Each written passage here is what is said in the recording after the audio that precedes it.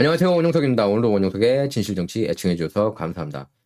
자, 미 전역 선거가 이제 곳곳에서 열리고 있죠. 지금 공화당 경선, 대선 경선이 이제 한창 벌어지고 있고, 이제 3월 5일이면은 캘리포니아주에서 예비 선거가 열립니다. 그래서 특히 이제 가장 관심이 모아지는 선거 중에 하나가 바로 LA 카운티 검사장 선거예요. 어떤 분들은 이게 대선보다도 더 중요하다 그렇게 생각하시는 분들도 계십니다. 왜냐면 이제 조지 소로스가 강력하게 밀어붙이는 검사장이 있기 때문이죠. 문제 많은 검사장, LA 카운티 검사장, 조지 가스건. 조지 가스건을 과연 누가 물리칠까? 거기에 이제 많은 관심이 있어요. 워낙에 지금 급진 좌파 정책을 펼치고 있는 검사장이라서 범죄 주범으로 그렇게 비판받고 있습니다. 저도 그렇게 생각해요. 조지 가스건 때문에 범죄가 난무하고 있다고 봅니다. 이제 조지 소로스 후원금을 워낙에 많이 받고 있어서 그동안에 계속 이겼고, 또 리콜도 이제 위기에 직면했지만 리콜 선거를 치르지 않았습니다. 왜냐면 그것도 역시 이제 소로스가 많이 구제해 준 거죠. 가스건. 자, 그래서 가스건을 상대로 11명의 후보가 이렇게 출마했습니다. 보시면 알겠지만은 이렇게 이제 11명의 후보가 출마했는데 이제 유력 후보 이렇게 나와 있고요. 제가 이제 존 맥케니, 이분은 LA 카운티 검사인데 라디오 코리아 문화충격 통해서 인터뷰를 했고요. 이번에는 원영석의 진실정치 프로그램을 통해서 에릭 스다 LA 카운티 검사하고 인터뷰를 했습니다. 줌 인터뷰를 했는데요. 이렇게 인터뷰 하는 모습 이렇게 보시면서 중간중간에 제가 한국어로 이렇게 해설해 드리도록 하겠습니다. 인터뷰 시작하도록 하겠습니다. Hi, Eric. Hi, how are you? I'm good. You must be super busy now since March 5th primary election is coming up. Yeah, we're only about 10 days away, so it's the final countdown. Yeah, can you talk about your campaign and why you decided to run for LA County District Attorney Office, even though there is George Gascon, your boss? You must have some discontent regarding your boss. Can you talk about it? Sure. Look, I'm running to change the LA County justice system. I believe that George Gascon's current positions and the positions that George Gascon has and that some other candidates have are not working. They are failing. They are failing to hold people accountable, and they're also not going to keep us safe in the long run. And I also think that the other candidates who are running are not presenting real solutions. They simply just want to roll back everything that George Gascon does, and they want to kind of turn back the clock a few decades. I don't believe that's the right approach. I think I have a balanced approach.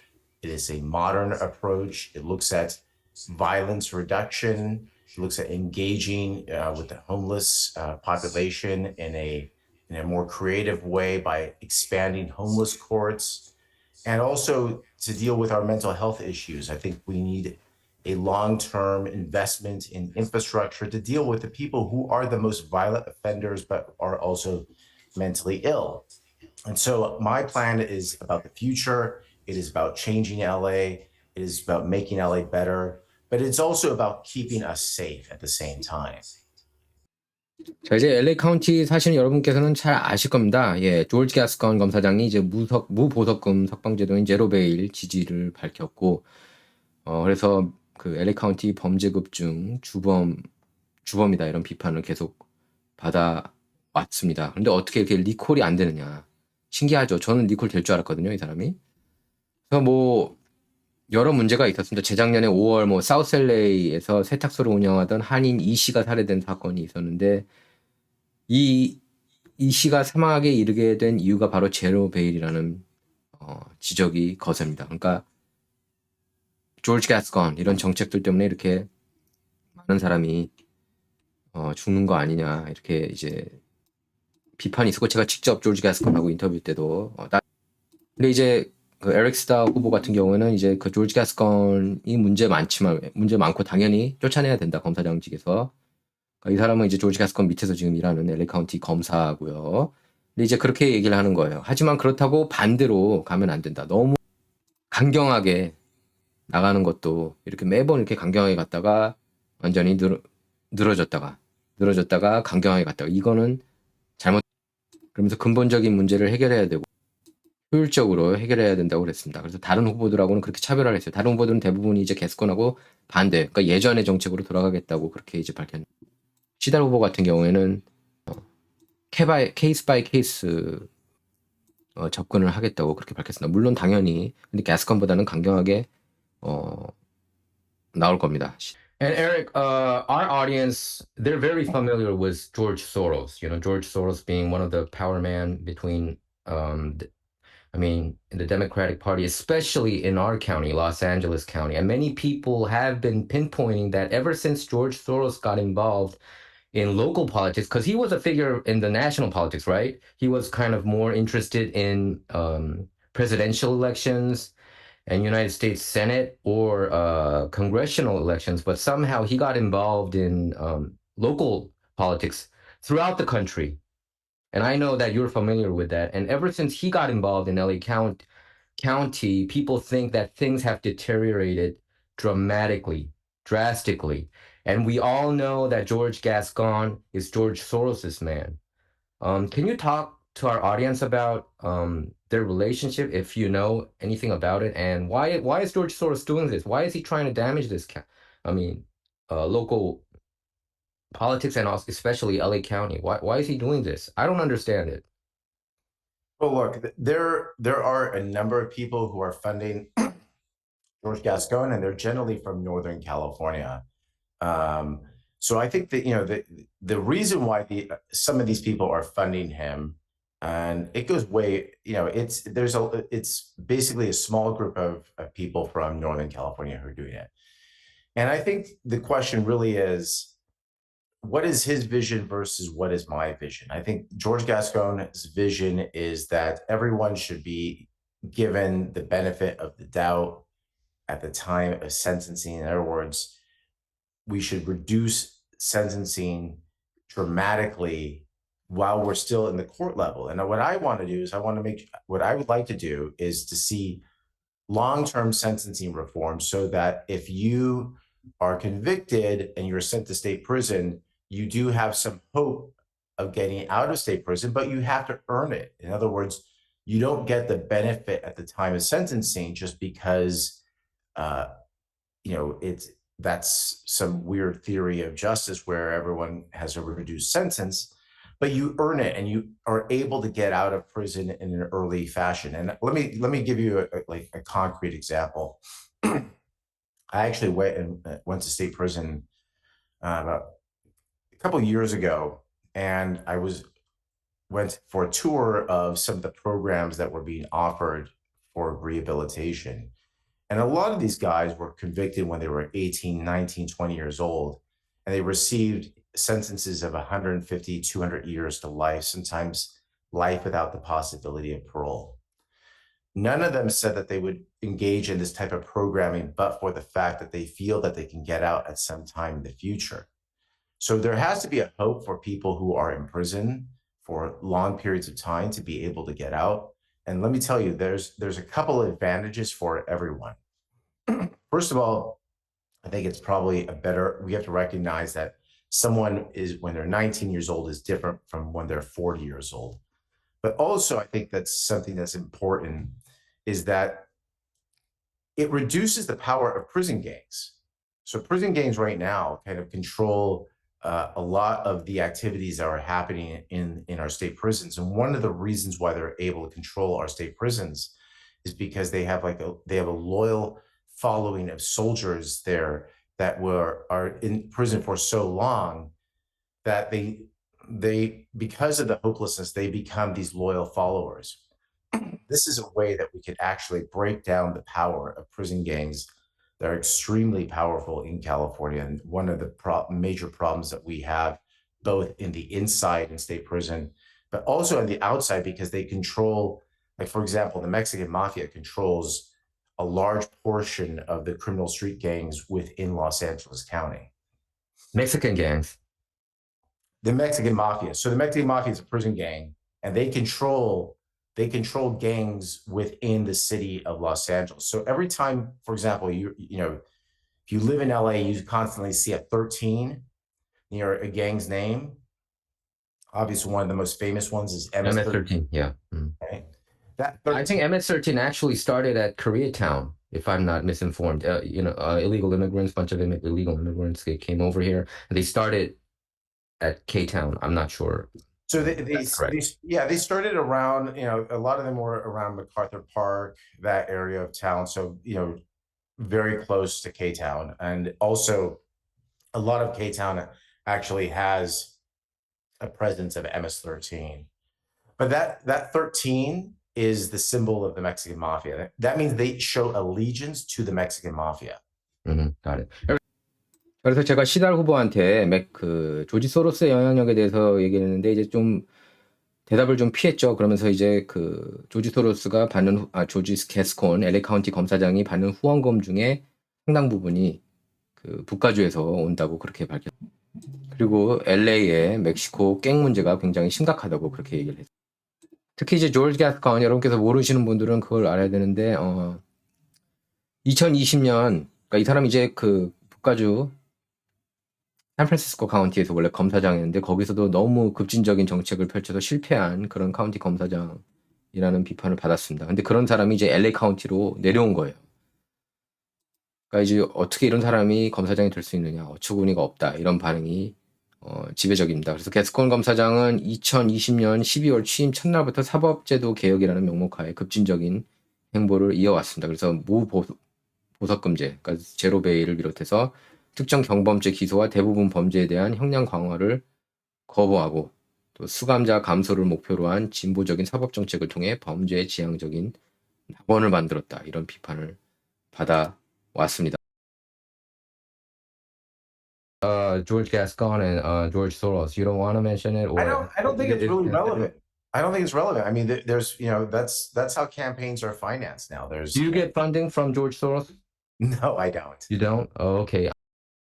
I did an interview with him like almost a full hour, and he blamed everything on the courts. He said it's not my fault that the crime is up, and and why we're not charging these criminals. He said it's the court's fault, and I just didn't understand the judges. He was talking about the judges and the psychologists, and they make the decisions, so it's not his fault.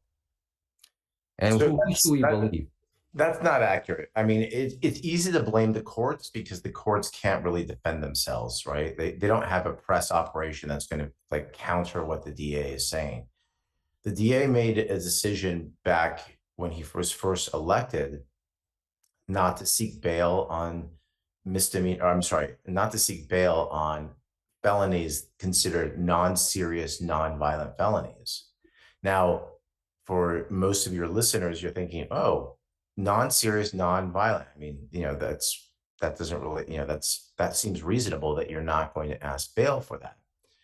But non-serious, non-violent in the penal code doesn't mean that it's truly non-serious, non-violent. In other words, I think if one of your listeners were to be told that, for example, felon in possession of a firearm is considered a non-serious, non-violent felony, I think most people would think, well, actually, that sounds like a pretty serious felony, right? Mhm. Like when a felon is running around with a gun, that's a pretty serious felony. If domestic violence, for example, is considered a non-serious, non-violent felony, it's more just it's a term of art, it's a definition. It doesn't mean that it's actually non-serious, non-violent. But he used that term, he used that definition to say that certain types of crimes were not going to be bailable.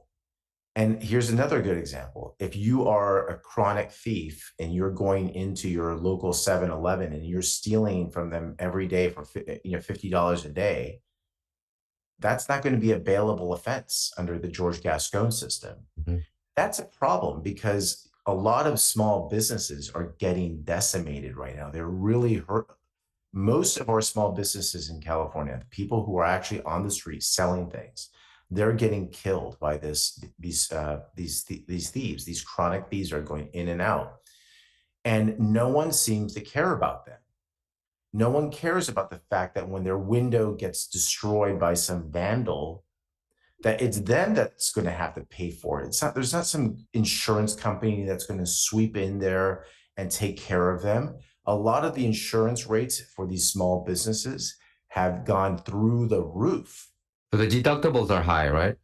And the deductibles are higher. Not only is the premium higher, the deductible is higher. So these businesses are getting destroyed. The businesses on the street, okay? The people, when when these guys are coming in and breaking windows and throwing things around and stealing stuff, to most people, they're like, oh, that's a petty theft. Who cares? Well, to that family who's running that business, that's their livelihood. True. And if we're going to have, the thing, one of the reasons why I think this race is so important and why it's so critical that we get change in the office. I think it is the most important election. Yeah. You're 100% right. The reason why this is so important is because, when you think about something like K-Town, for example, right?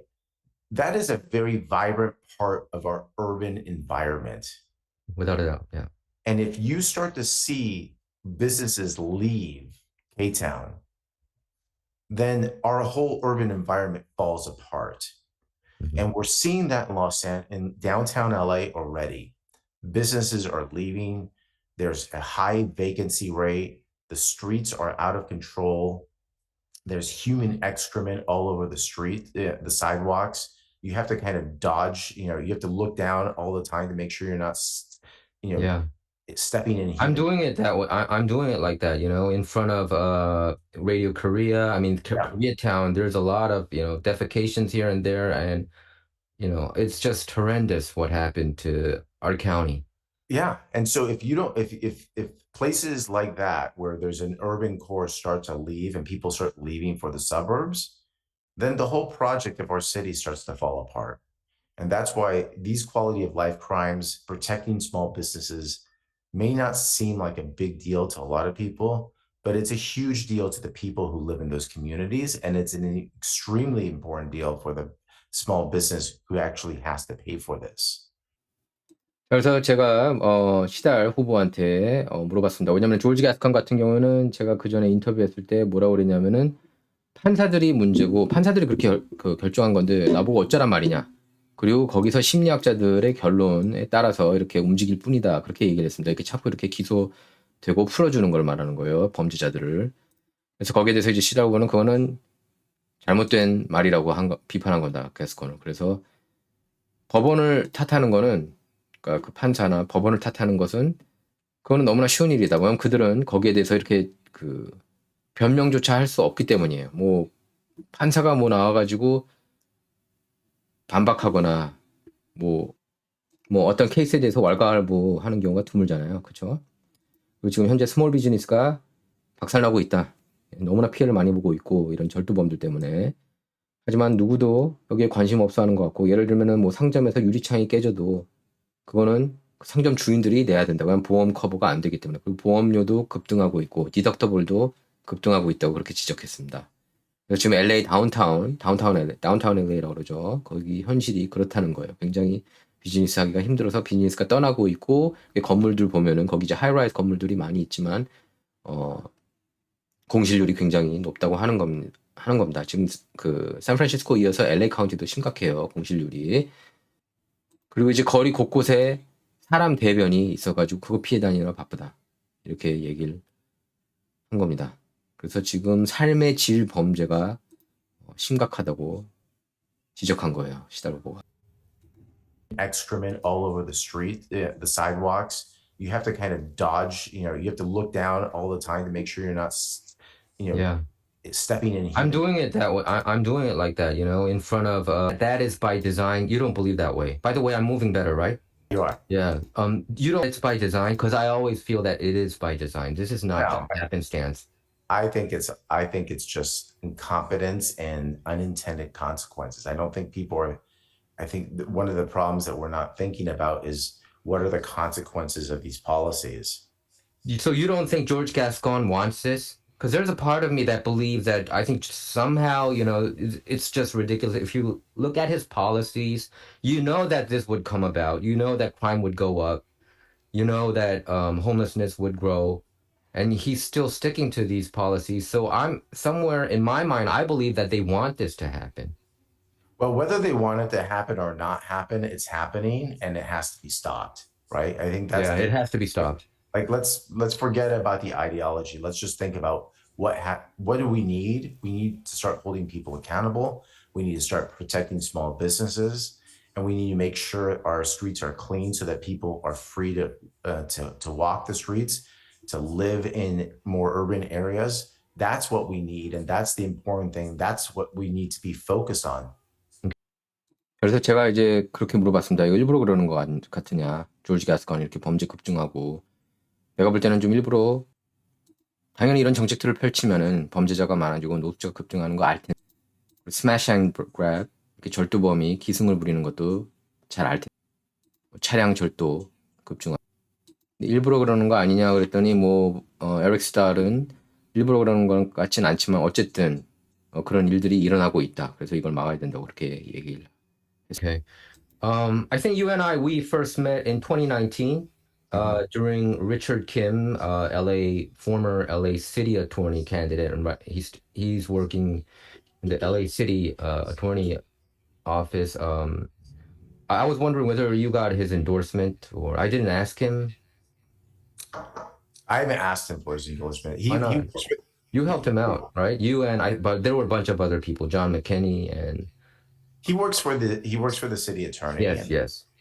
So I think it's hard for him to take an endorsement, and also we weren't working on his campaign. We were working on helping spread the message of the recall of George Gascon. Mhm. This was during the second recall. There was an effort to kind of get attention to it, get signatures. That's where you and I originally met.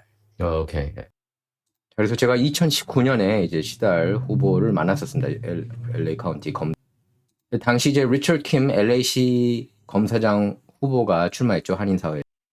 그때 LA시 검사장 후보 중에서 유일하게 리처드 킴 검사가 아주 용감하게 조지 게스콘 LA 카운티 검사장 리콜해야 된다, 소환해야 된다고 그렇게 주장을 했. 그리고 리콜 운동을 이끌었던 분 중에 한 분이 바로 에릭 스탈 검사였습니다. 그래서 리처드 킴 검사한테 이렇게 공식 지지 받았느냐고 물어봤는데 지금 LA시 검사라서 이렇게 함부로 쉽게 이렇게 누구 지지하지 못할 거다 그렇게 대답했습니다. 지금 LA시 검찰에서 굉장히 좀 높은 자리로 올랐어요. 리처드 킴 검사 같은 경우에는 결국 당선된 하이디 소토 같은 경우에는 카운티 검사 경험이 전무하거든요. 시검찰뿐만 아니라 카운티 쪽에도 일해본 적이 없는데 그런 변호사 출신이 지금 LA시 검사장이 됐습니다. 참조로 제가 여러분께 설명해 드리는 겁니다. Korean community leader Robert On. Robert Yes. On, yeah, he was very involved in Korean community, and he ran for Congressional District 34. Right. And he was a commissioner under Eric Garcetti, the former mayor of Los Angeles, in the cannabis commissioner, and he was also, I think, I understand, city development. Can you talk about your relationship with Robert On too, so that our audience can know how you were active in the Korean community as well? Well, Bobby and I have known each other since we were in high school. So I met him, I think it was seventh grade. Seventh grade. I think it was 1992. No, 1988. So you go way back with him. 1988.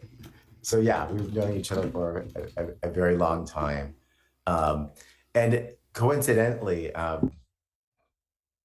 I have one of my reasons why I have a particular strong view about, I realize K-Town is not the entire Korean community, but I think it is like a cultural center, right? Yeah, it is. Yes. And one of the reasons why I'm so passionate about this is because my parents actually had a law firm in downtown, and then they moved to what is now known as Koreatown.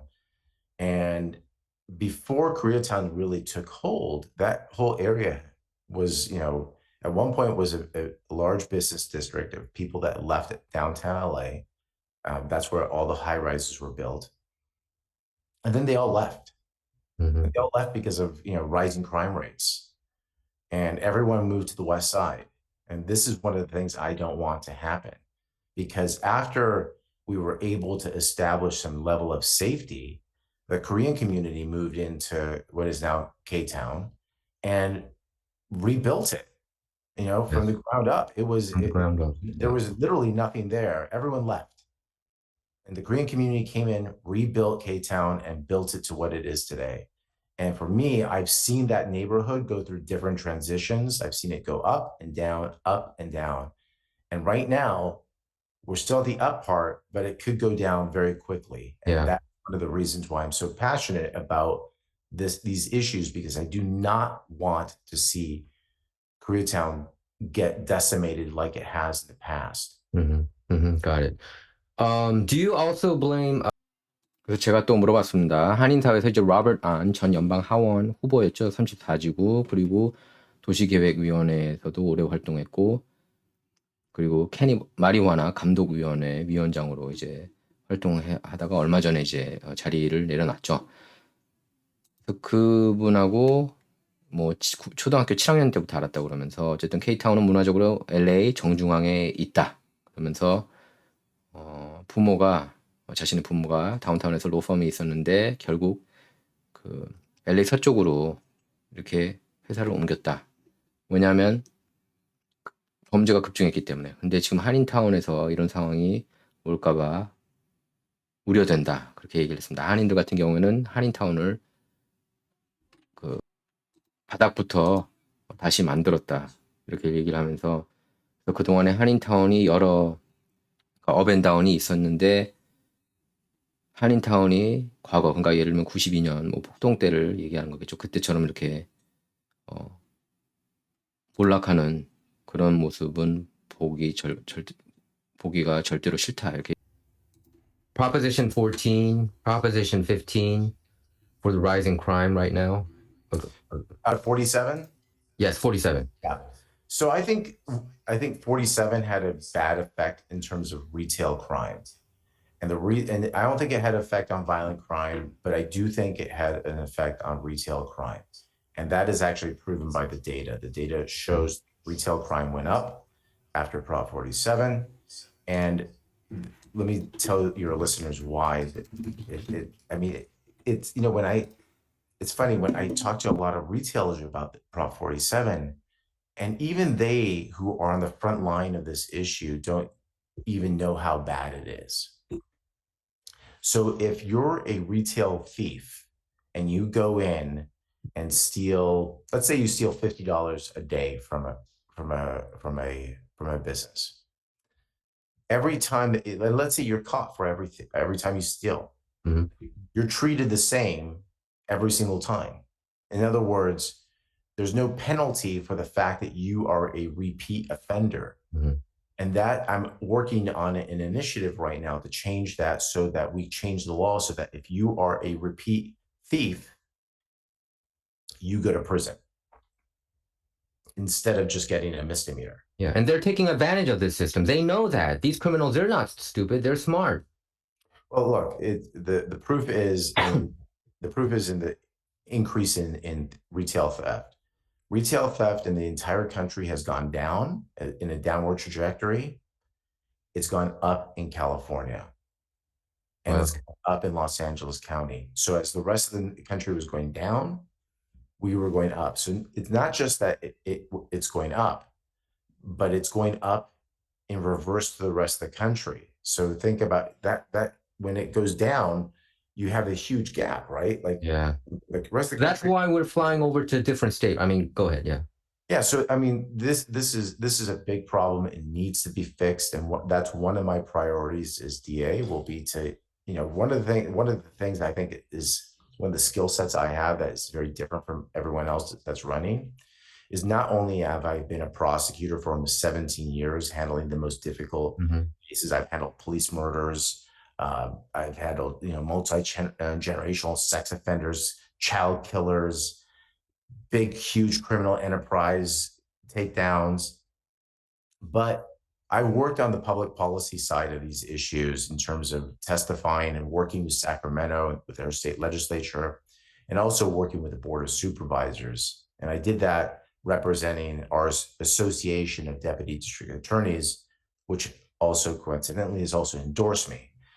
And so I understand that we have to have, in order for us to do our job properly, the DA must not just know about how to prosecute a case, but if you're running an office like the DA's office, you need to know how to fight and advocate for changes in the law Mhm. so that we can actually change the law in the California so that we can actually do our job properly. And Prop 47 is a big problem for, especially when when you consider the small retailer, the small business, they're the ones that are getting hurt the most by Prop 47.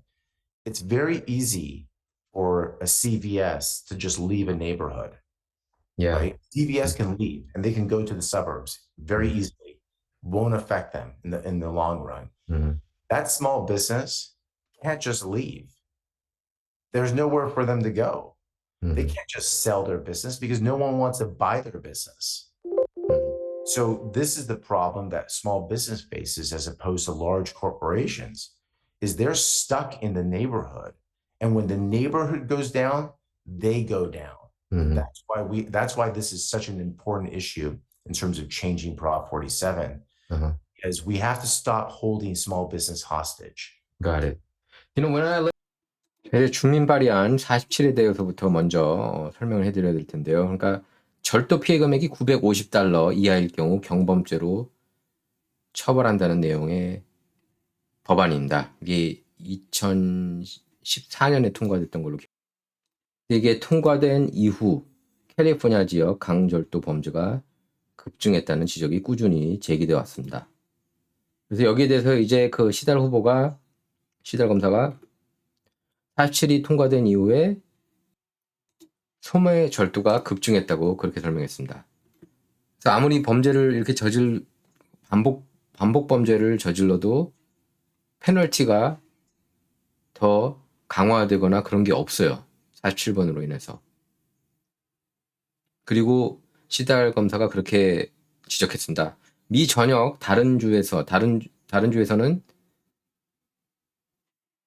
소매 절도가 떨어지고 있는 캘리포니아는 급증하고 있다는 겁니다. 그래서 그 갭이 더 커지고 있다는 거예요. 정말 웃기지 않습니까? 캘리포니아 이외에 다른 지역에서는 다 떨어지고 있는데 다른 주에서는 다 떨어지고 있는데 어떻게 캘리포니아만 이렇게 오르고 있습니까? 특히 LA 카운티, 샌프란시스코 카운티는 말할 것. 그래서 이게 굉장히 큰 문제라면서 고쳐져야 된다고 그렇게 지적하고 있습니다. 그래서 17년 동안에 검사 활동하면서 뭐 경찰 살해 그리고 수세 대에 걸친 성범죄자들 그리고 아동 살인범들 이런 이슈들에 대해서 자기가 다양한 이슈들에 대해서 저기가 기소를 이렇게 성공적으로 했고 또 뭐 슈퍼바이저 위원회하고도 이렇게 잘 협업했다 이렇게 얘기를 했. 그래서 주민 발의안 47이 굉장히 큰 문제라고 그렇게 비판을 하면서 특히 소매업자들 그리고 스몰 비즈니스가 가장 큰 타격을 받고 있다고 그렇게 비판했습니다. 그리고 뭐 체인점들이야 이렇게 떠나도 되죠. 뭐 예를 들면 라이트라든지 CVS, 뭐 타겟 이런 데는 그냥 옮길 수 있겠지만 하지만 스몰 비즈니스는 그렇게 쉽게 옮길 수가 없고 그들의 비즈니스를 그 누구도 사고 싶어 하지 않는다는 겁니다. 그래서 그 네이버후드에 이렇게 처박혀 있어야 된다는 거예요. 그래서 그 네이버후드가 망가지면은 비즈니스도 망가진다는 겁니다. 자기네 비즈니스들도. In your race, we can name the incumbent George Gascon, and then there's Jonathan Hatami, right? Nathan Hockman, John McKinney, and you. I think all five of you are prominent candidates. Am I assessing it correctly, or am I just completely off? Because it's hard to follow up the local politics. You know what I'm saying? Yeah, I mean, I think that there are a couple of serious campaigns outside of my campaign that are running right now. Mhm. Do you think some of them are too how do you say not too right wing, but too like I read your opinion piece on the Los Angeles Daily News about your campaign, and you said you criticized the pendulum keep on swinging back and forth, Right. right? Yeah. So are you trying to draw like a moderate line? What is your answer to the current situation? If you don't, because I hear from other candidates that the pendulum should swing the other way since it's Right. gone so far left. So what is your answer to the current problem? So I want to use a more data-driven approach, and that means it means focusing on the people who are the drivers of crime. You know, most crime in our community is committed by a very small percentage of people. Um, Most homeless problems within the community are caused by a small percentage of the unhoused people that we're talking about. And so you need to focus your resources on those individuals. You know, the retail establishment can tell you, I know exactly who my problem is every day about when they come into the store and who when they're who that person is. So they know these people. They know who the problems are. The police know who the problems are. But what we need to start gathering data and intelligence as to the who those individuals are, so that our office can also be smarter in the way that we tackle crime, so that we when someone is when someone is a real problem for a neighborhood, they should get a different sentence than someone who is not the big problem for the neighborhood. Mhm. That's why I think it's about being smarter about using our resources rather than just taking, a traditional approach that every crime gets punished exactly in the same way. We should look at who the individual is as well, who's committing this crime, and the impact that they are having in the neighborhood and the community. So you believe in rehabilitation over incarceration? Is that your I think it policy? depends. 그래서 지금 LA 카운티 검사장 조지 가스콘 같은 경우에는 너무나 이제 급진 좌파적인 정책을 펼치고 있는데 지금 후보들 11명 보면은 그러니까 가스콘 이외에 11명 후보들 보면은 더 강하게 이제 나서야 된다. 이렇게 주장하고 있는데 그러니까 단속을 굉장히 강화하고 좀 우파적으로 이렇게 접근하자는 그런 얘기를 많이 하고 있습니다. 후보들. 근데 이제 시달 후보도 기본적으로는 그런데 이제 시달 후보는 그렇다고 너무 단속에 치중하다 보면은 이제 과거 과잉진압 논란이 있지 않았습니까? 경찰들의 과잉진압, 뭐 80년대 그리고 90년대 초에도 좀 그런 문제들이 있었죠. 그래서 그게 인종 갈등으로까지 이렇게 비화가 됐는데 이제 그렇게까지 가면 안 된다는 겁니다. 시달 후보 같은 경우에는 자칫 과잉진압 가능성이 있기 때문에 그렇게 그 케이스 바이 케이스로 이렇게 접근을 잘 해야 되고 그리고 데이터를 통한 그런 접근법을 도입해야 된다고 했습니다. I think it depends on who the individual is, right? Like if you're a chronic thief, you need to go to prison. If you are committing violent acts, you need to go to prison. If we think we get you at an early stage of your career, your criminal career, where you're not a career criminal, then you probably don't need to go to prison. It really depends on the individual, and what we want to do is what we don't want to do is turn someone who was not that deep into in the criminal justice system into a career criminal. Mhm. But we also want to make sure that that career criminal is not in the community. Got it. So, 제가 이제 그 범죄자들 구속보다는 재활을 더 중요시하냐고 그러니까 그것도 뭐 케이스 바이 케이스라고 그렇게 대답하면서 뭐 이렇게 반복 범죄 그리고 강력 범죄자들은 당연히 이제 구속을 해야 된다는 거. 하지만 자칫 이렇게 그 경범죄 저질렀는데 그 사람들을 완전히 그 커리어 범죄자로 만들 수도 있다는 거예요. 처벌을 어떻게 하느냐에 따라서. 그래서 조심해야 된다고 얘기를 하고 있습니다. Got it. So, can you talk about the homeless courts pilot program that I think you've been talking about it throughout your campaign, right? Can you Yeah. kind of elaborate on that for our viewers to This understand is fully? this is a good example about, being smarter with our resources and be more targeted with our resources. So the pilot program was developed by the Redondo Beach City Attorney, Mhm. Michael Webb. Yeah. And what he did was he said, look, we're going to have a homeless court every month. It's going to meet once a month. And It's going to meet in a parking lot area, in a secure parking lot area in the back of a police station. There's a judge, there's a defense lawyer, and there's the prosecutor, which is what every court has, right? But in addition to all of that, they have service providers almost like in a horseshoe around where the prosecutor and the defense attorney are. So that the court could be like, look, Mr. Jones, you don't have a license. In order to get a license, in order to start using any of these services that we're going to be providing, I'm going to order you by the next court date to get a license. Here's your court order. So they go to, they have a special relationship with the Department of Motor Vehicles. They get their license, and then they come back to court and say, okay, I got my license. Okay, next step, Mr. Jones, you have a drug problem. Now you have to go to mandatory drug treatment, and we're also going to give you supportive housing. And the whole purpose is to eventually graduate the person to permanent housing so that you can get them off the street. And this is for nonviolent offenders who are committing quality of life crimes. So that's a key word, nonviolent offenders, right? Right. So, and they're committing quality of life crimes. Currently, our district attorney's office does not file any of those crimes. Okay. So filed on right now. What they would do in this case, they would file that case. We would file that case with the intent that that person would be moved out of the system. Think about the person who's like constantly trespassing in front of a business, in front of some business, and they're defecating right in front of that business. That person's committing a crime. They need to be charged, and then we need to bring them in the system. And the purpose of bringing them in the system is to eventually get them out of the system as quickly as possible. Now, it may take a couple years, but it's better than doing nothing. It's better than just having them consistently harass that business owner or that, or the residents of that area. That's why we need these types of solutions.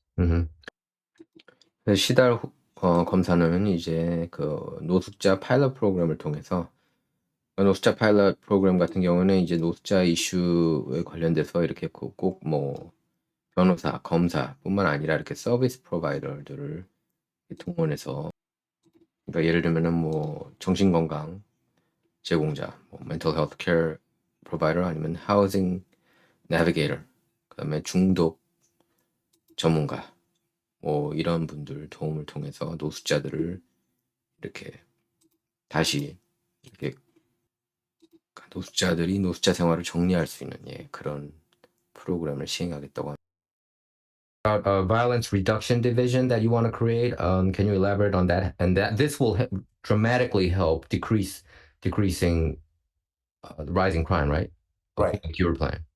So the Violence Reduction Division would be most of it will be based out of what is called the Bureau of Investigation. Bureau of Investigation is the law enforcement arm of the district attorney's office. It will gather intelligence and information from around the county, see who are the people who are driving violence, because most of our gun violence is committed by a small percentage of individuals. Sometimes it's even like 3% of the criminal population are committing like 70% of the violence. And you target your resources on removing them from the community. In other words, by charging them and then making sure that they have a state prison sentence to get them out of the community so that they are no longer terrorizing the community. It requires collaborating better and forming better partnerships with our law enforcement agencies. That's an important key to it. Gathering data and then focusing resources on the individuals who are the drivers of violence. Got it. And can you also mention about 자, 그리고 폭력 감소 부서를 신설하겠다고 그렇게 밝혔는데요. 시달 검사가. 그래서 이렇게 그 범죄가 있으면 이렇게 그 범죄를 주동하는 사람들이 있지 않습니까? 그런 사람들을 타겟해가지고 그래서 수사국하고 협조해서 이렇게 범죄를 효율적으로 이렇게 낮출 수 있는 그런 부서를 말하는 게 바로 이 폭력 감소 부서라고 그렇게 설명을 했습니다. Violence Reduction Division. 예. 자, 그리고 끝으로 이제 자신의 캠페인에 대해서 이제 홍보를 하는데, 예. 그걸 끝으로 이번 방송을 마치도록 하겠습니다. 감사합니다. So how can Korean community help your campaign? Can you advertise yourself? You know, your website. You know, any volunteers that you want to get, and fundraising, which website they need to go. Can you elaborate on that? So the website is just eric4da.com. So it's ericforda.com. And there you can watch our commercial. You could also see you could also make a donation there. I think the Korean community is extremely important to my election, but it's also extremely important to the vision that I'm talking about for a safer Los Angeles. Mhm. The values that the Korean community have, especially new immigrants from and first generation people and second generations. Like my family came here from Argentina, so I'm a first generation. Am I first or second? I think I'm first generation American. I understand the new arrival and the new change and the being actively involved in the community. I think there's one of the things I've been extremely proud of is the engagement I've been having with newer communities, because I think that the immigrant communities and sons and daughters of immigrants understand the promise of this country, right? Because that's why we come here. Mhm. But we also understand how fragile that promise is, and if we don't You're right. continue to protect what we have, we're going to lose it. Yeah, I think we have to fight for our rights, and that's what the Korean community found out, and many immigrants have found that out, especially the first generation. And you also have a Twitter account, X account too, as well, right? I do. Yeah. So we'll put it on our link. Anyway, thank you very much, Eric, for stopping by, and good luck on your campaign. Hey, thank you so much. I appreciate your time. 그래서 시달 후보가 한인 커뮤니티가 중요하다고 그랬고, 웹사이트는 이제 eric4da.com이라고 그랬습니다. 그래서 아르헨티나 1세 이민자로서 이민자들의 삶을 잘 알고 있다면서 최선을 다해서 LA 카운티를 지키겠다고 밝혔습니다.